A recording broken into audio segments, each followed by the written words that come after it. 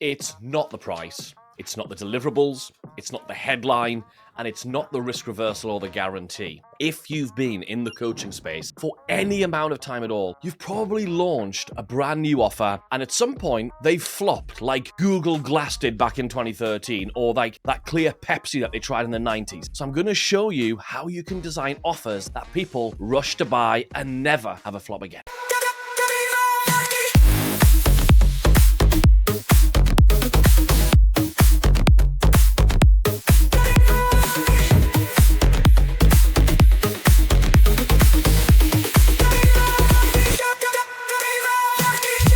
Look, I get it, right? There's nothing worse than coming up with a great idea, something you're really excited about, this new program, this new coaching offer, this maybe a self-study course or like a membership, a mastermind, a retreat, any of these things, accelerator, whatever you want to call it, right? You come up with it, this new thing, and we've all done this, right? And you give it a great name. You come up with the perfect name for it. You're like, it's clever, it's brilliant, it really expresses myself. You even dive into Canva and get some AI on the go and create a really good brand and logo for it, and people tell you, oh, I really want that. That looks great. I'd buy that. And we all hear this, right? And then when you launch it, crickets. Absolutely nothing. No one cares. And I've had it happen. I've seen and worked with clients who've had this happen time and time again. So what I'm going to share with you today in today's video is some unusual things that make a big difference to making sure that does not happen and you don't waste all of that time. Honestly, just that awful feeling of feeling let down and deflated when an offer goes wonky on you. And the reason I know this, by the way, is because these are the exact things that I recently did that took one of my offers from a 5% conversion to a 26% conversion rate. That means for the same amount of effort, I banked way more money and helped way more people. Oh, and by the way, if you want to know something else that increased my sales significantly, as in by not 2 times, not 10 times, but by 18x, I've put a special training together. I call it Email Marketing Sorted. And as a viewer of the Email Marketing Show, you can access the whole Email Marketing Sorted program for free. You just go to emailmarketingsorted.com and you can get access to the whole thing. It'll show you how I took one of my offers from 27 grand to over $500,000. Same offer, same audience in the same period of time. All I did is took it from $27,000 to over $500,000, over $500,000. Just go to emailmarketingsorted.com to watch that training completely free. So let's get into what I did recently with this offer that took this conversion rate from 5% to 26%, because this is wild, right? And it was no fancy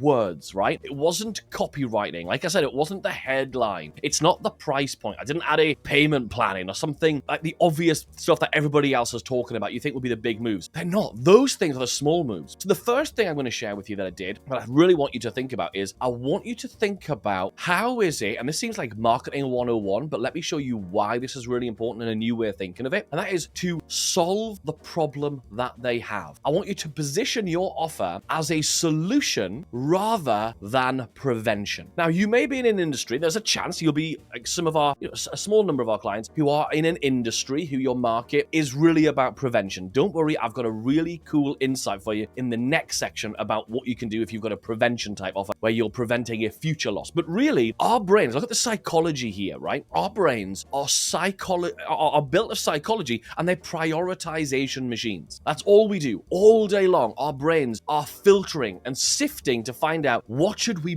be doing right now. The reason I'm standing here in my home office making this video right now is because I know my editor is sat waiting for me to send in the bloody video. And if I didn't have this awful image of someone waiting on me, which I hate that idea that I'm being the bottleneck, then I wouldn't be doing this. If it gets to 3:30 and you're like, oh my God, the kids are going to be standing outside the school gate in the pouring rain, then if you didn't have that mental image, you would not go and pick the kids up at that time. You'd watch that extra video. You'd work on that extra sales page. You'd coach that extra client. But because your brain at 3:30 in the afternoon says, it's time for me to go and pick the kids up. That's my priority. That's why you go and do it. So think about your audience are literally prioritization machines. And what our brains prioritize is not preventing future problems. Because from the cave person days, we didn't really have that much future to really be concerned with. All we had to do was worry about food we're going to have for now and we're going to collect for now to feed our families, and also about how to protect our families and defend against predators. What's outside of the cave, right? So we are all hardwired to prioritize. So think about what is it you can do in your offer to make it a priority. And the best way to do that is to look at the problem that your audience is having right now. This is specifically really useful to the sort of highest level when you're looking at front-end offers, lead magnets, paid low-ticket offers, things you might run ads to, that kind of thing, right? So for my fellow coaches, right, that you might be doing things in your main offer which are about the future. We often talk about, isn't your future going to be great? Yes, it is, but let's look at the painful problem someone's got right now. Look, if someone is like, oh gosh, I ate some cheese this morning, so I'm probably going to get a headache later, but at the same time, they turn around and they have half their leg sliced off and it's the blood's flying out of all over the place. Which thing are they going to fix first? They're not going to take a pill to try and fix the future headache. They're going to try and go to the hospital and they're going to have the leg stitch on so they don't bleed out to death. Like, I know it's a ridiculous analogy, but that's the kind of the point, to make it stick in your head and make it really clear.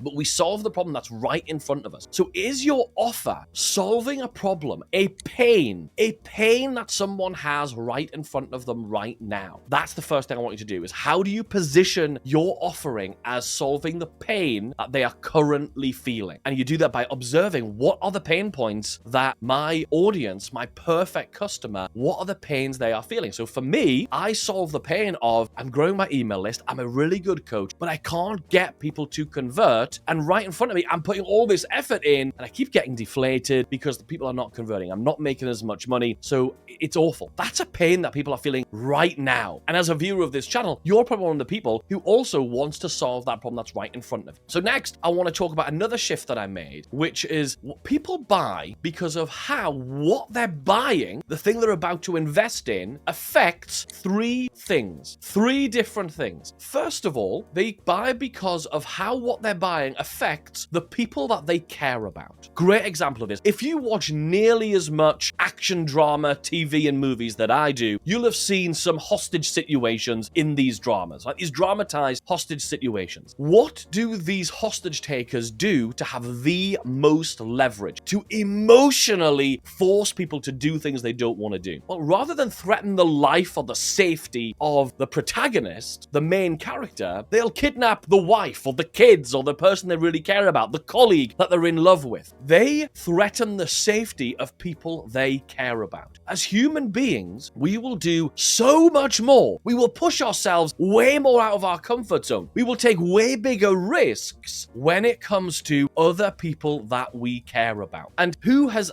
actually implemented this better than anyone? Well, I sort of alluded to it in the previous section of this video, and that is, if you have an offer which is a prevention offer rather than a solution and a problem offer right now, it's a future prevention problem. You're solving that headache for the future, like the life insurance industry or the funeral plans. You see the adverts on TV all the time. Get a cremation. It's nice and easy. Well, those industries really struggled to get conversions for years until they all stumbled across this psychology of appealing to our own interest in helping other people. So you'll notice next time you see one of those ads on TV or on the radio or wherever, you'll notice that they appeal to taking care of the other people you leave behind when you no longer can. Put your funeral plan in place because that is you taking care of the people you love, your loved ones, when you're no longer around. That is really strongly appealing to that same psychology as those hostage people are, okay? So how can you make it so that your offer really appeals to the people that they care about? So how will it impact their children's lives, their parents' lives, the people who are their peers? What about their friends? And a great way of doing this is talking about, hey, you've been embarking on this journey and you failed a number of times. What we don't want is those naysayers to be right. The people who said they'll never lose weight. The people who said they'll never be successful at that business. The people who said they'll never be a brilliant guitarist. Whatever those naysayers are. So what do the other people care about? So there you've got. Number 2 is themselves. So people buy because of how what they're buying affects themselves. It's the natural, hardwired, immovable thing of self-preservation. And I don't want you to think of this as selfishness. This is just the thing we have as humans to protect our own lives, to stay alive. So we've all been taught, and it's marketing 101, to appeal to people's self-preservation. What's in it for me? And we really need to make sure that we're very clear about. But that's only the second most important one, and we make sure that we appeal to the people they care about even more so. And the third part of this section is about their image, also known as their reputation. People really care about how others perceive who they are and what they stand for. And therefore, what you can do is let them realize that your image is going to be improved. I'll give you a great example of this. One of my clients is a woman called Hillary Marie. She teaches tap dancing online through memberships and stuff. She launched a certification program for other tap dance teachers all over the world who can learn her unique approach to teaching tap dance. So she's got this very special way of teaching tap dance that she's teaching to these teachers. At the end of that program, they get a certification that they can put on their wall, they can put behind them during Zoom calls, they can put on their website and their other marketing collateral, and even in their email signature footer to say, I am accredited in this particular special methodology. And the great news is, even if people don't know what that thing means or what that thing is, the very fact of having it gives a massive boost to reputation and image. So is there something you could do in your programs that allow people to be certified or do something that improves their image, that says this person takes this seriously? This person is a person who likes to achieve. This is a person who is dedicated to themselves, their family, their community, or whoever it is that you serve. So there's 3 things there. Next, I want to talk about this big shift. There was a huge shift in the way you position your offer. And I've got to say a huge thank you to my friend, marketing legend Dan Henry, for really helping me understand this deeply. I've known this, I've attempted to implement this for years, but it was when I had some conversations, just WhatsApp messages back and forth with Dan, and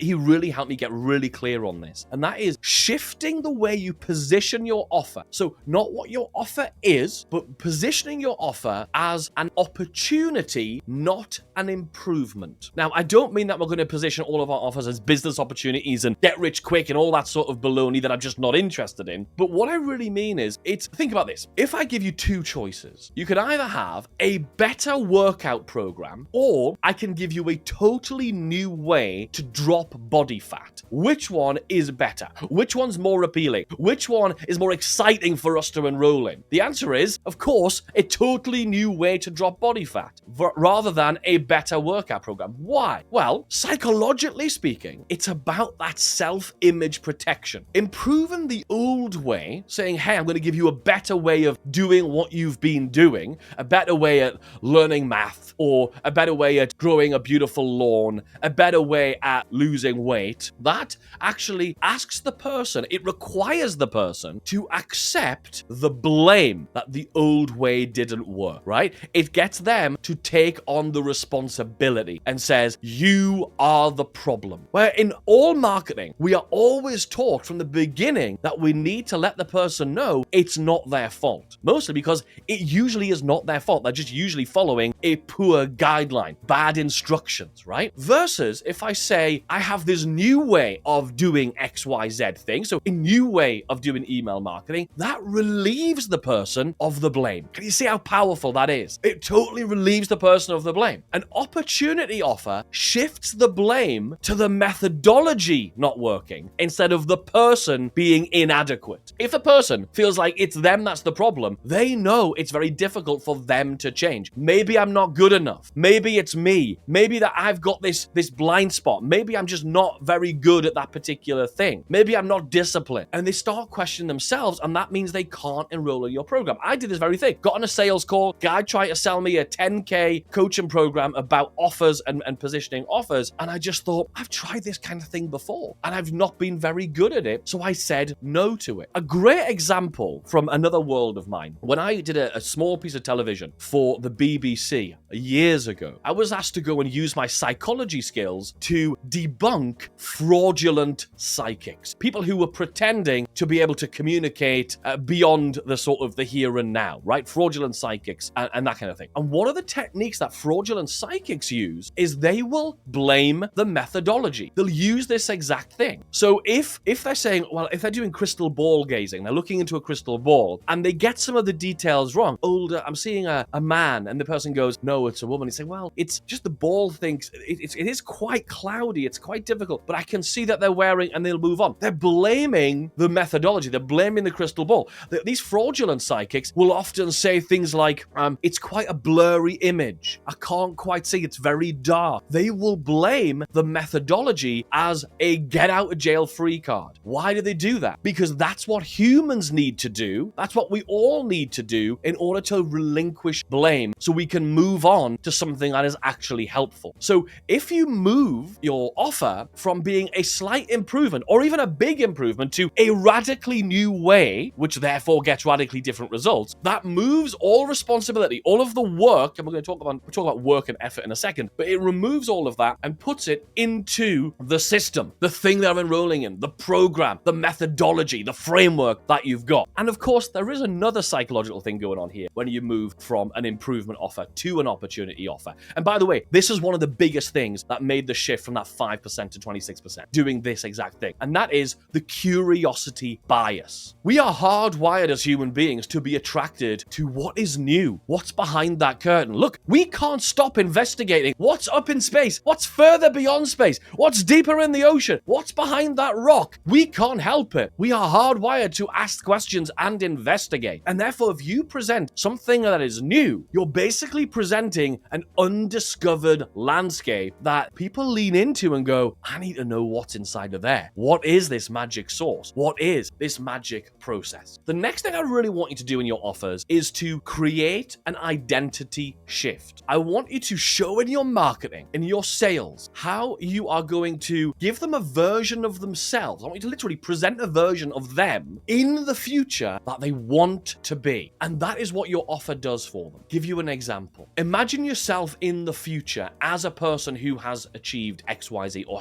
you're now able to do this and do that. So imagine yourself as a coach who can spend all of their time delivering the best coaching and getting the best results because you have the automated email engine system in place that is taking brand new people and turning them into clients who you can help and serve and nurture and get great results from. You become this superstar coach that people are lining up to work with. Do you see how that is an identity shift? It's not just a business system for my automated email engine. It is a different person, a person who is confident, a person who is assured, a person who has status. How do you create an identity shift in your prospective person through your offer and the way you communicate that offer? And of course, remember, I'm not asking you to completely change what your offering is and what's inside of it. This is about the packaging. This is about what you say when you're giving your webinar, in your sales video VSL, on your sales page, in your emails. This is how you make them convert. And here is another really powerful one that I've been using for more than a decade that works a treat, and that is to remove effort. I want you to show people how your offer does the work for them. I want you to show them that if you do this, if you install this, it almost does it for you. We're all exhausted. We're all very busy. How many things have we all got to do? We've got to make content. We've got to create email campaigns. We've got to make the offer. We've got to deliver our offers. We've got to show up for our clients and deliver. We've got to network. We've got to do our social media. We've got to do taxes and filing. I'm dragging things into folders. I should do a bit of that myself because my desktop's a mess. We've got all these things to do. So people don't want this idea. If you say, hey, you can have this result, but to get the result, you've got to carry this rock up this hill, and it's a big old bloody heavy rock you got to put on your back, most people are going to be like, no thanks. Whereas if you say, hey, install this and it works and it does it for you, this is a really good offer. An example of where we implemented this, where we actually did update the content of the offer itself, is we used to have this program called the Email Engine Accelerator, and it was a high intensive coaching program which which had 2 coaches.